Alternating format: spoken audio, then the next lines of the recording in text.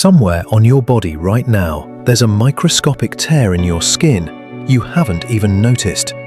Maybe you brushed against something sharp an hour ago. Maybe you scratched yourself in your sleep. It doesn't matter. By the time you finish watching this video, that wound will already be closing.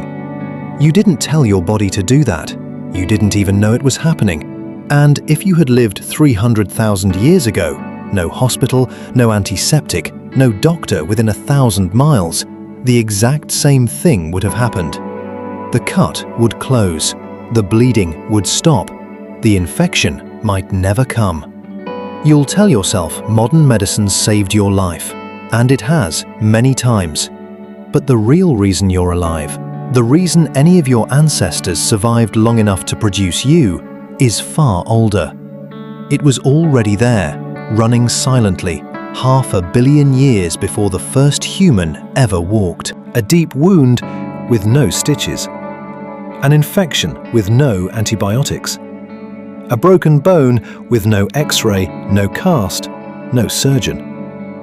If you imagine this and feel a kind of primal dread, that's fair. But here's the twist most people get wrong.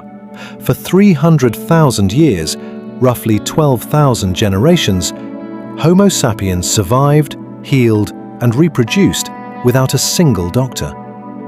Not because they were lucky, not because they were tougher than you, but because your body was never defenseless.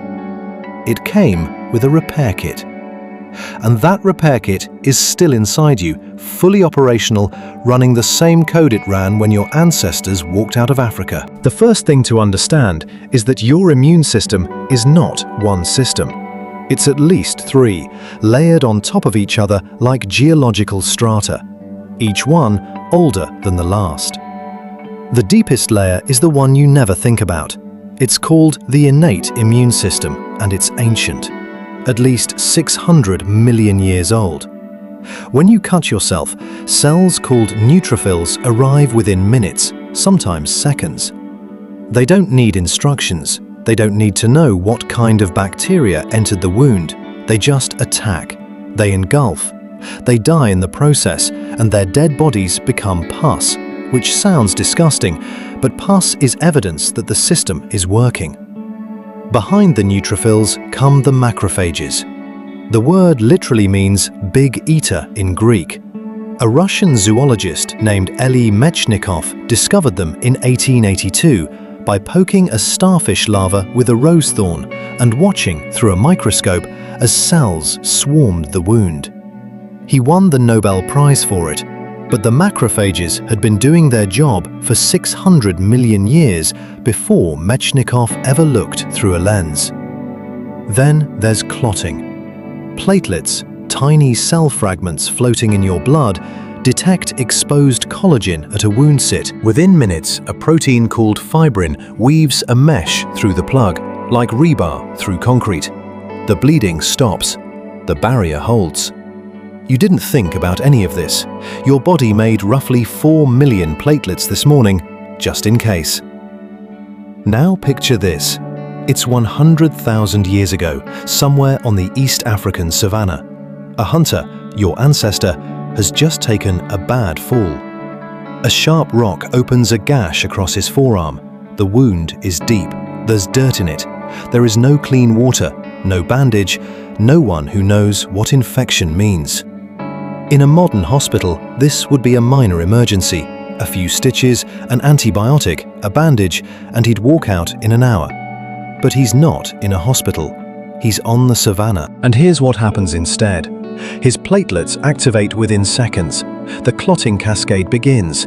The wound seals, imperfectly, but enough. His macrophages arrive and begin consuming bacteria, debris, and dead tissue. His body raises its temperature slightly, a low-grade fever, just enough to make the wound site inhospitable to the kinds of bacteria that thrive at normal body temperature. Over the next few days, fibroblasts migrate into the wound and start laying down collagen, the same protein that gives structure to your skin, your tendons, your bones. The wound contracts. New blood vessels grow into the area.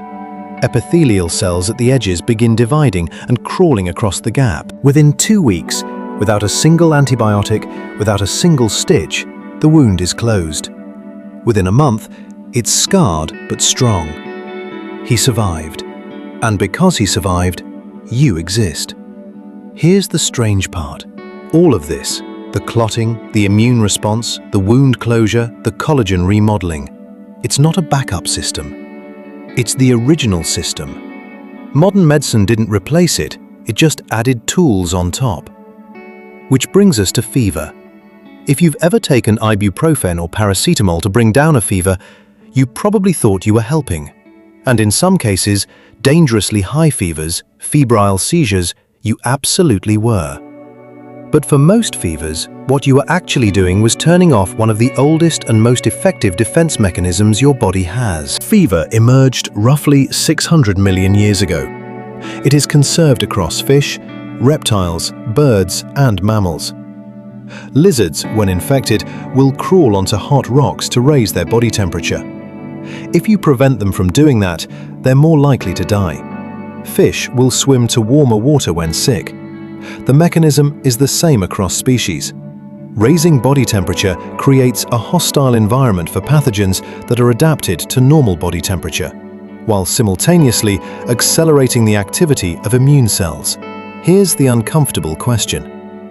When you reach for the paracetamol at the first sign of a fever, are you treating a sickness, or are you silencing a defense that has been saving lives for 600 million years? The answer isn't simple, and nobody is telling you to suffer through a 40-degree fever without medication. But the instinct to treat fever as an enemy rather than an ally, that's a modern invention.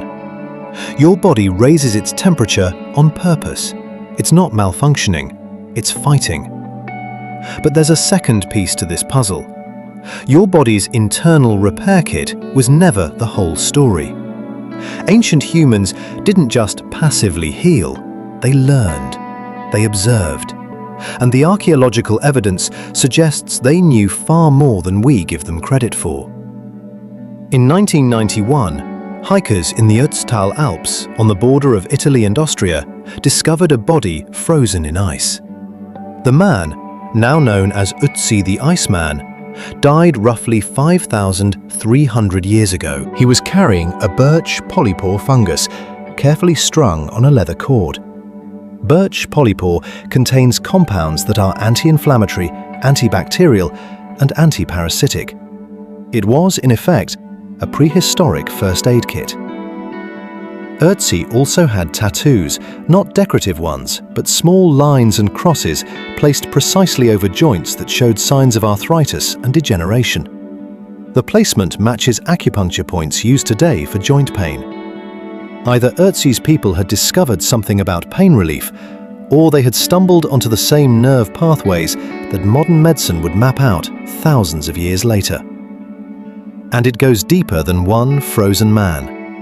In Shanidar Cave in Iraq, archaeologists found the skeleton of a Neanderthal, roughly 50,000 years old, who had suffered a severe head injury, a crushed eye socket, a withered right arm, and damage to his leg and foot. Any one of those injuries could have killed him. All of them together should have. But the bones show clear signs of healing, years of healing. Someone fed him. Someone protected him. Someone cleaned his wounds and kept him alive long after he could no longer hunt or gather. This wasn't hospital care. It was something older. Community, compassion, the willingness to care for the wounded, which is itself an evolutionary strategy, because a group that abandons its injured members loses knowledge, loses labor, loses children. Survival has never been purely individual. So really, when you ask how humans survived without hospitals, you're asking at least 4 questions at once. The first answer is the immune system, an ancient defense network that detects, attacks, and remembers pathogens, operating continuously and silently. The second is the wound healing cascade, a sequence so reliable and so ancient that it predates humanity itself. The third is the fever response, a deliberate, evolved strategy to cook invaders out. And the fourth is something that has nothing to do with biology and everything to do with behavior. The fact that humans took care of each other. They shared knowledge about medicinal plants. They fed the injured. They learned which herbs reduced inflammation and which fungi fought infection. You were never a fragile creature barely clinging to life before hospitals came along. You were, and still are, a walking, breathing, self-repairing organism. The hospital didn't give you the ability to heal. It just gave you tools to assist a process that was already running. Which brings us back to where we started. That microscopic tear in your skin. Right now, epithelial cells are dividing and migrating across the gap. Fibroblasts are depositing collagen. Macrophages are patrolling for debris. Platelets are circulating, ready to activate at the first sign of damage. Your immune system is sampling, checking, remembering. All of it silent. All of it is ancient. All of it running the same code that kept your ancestors alive under an open sky, on the savannah, in the ice, in the cave, for 300,000 years. You don't need to tell your body to heal. It already knows. It's known for 500 million years. The hospital didn't teach it anything. It just gave the process a cleaner room to work in.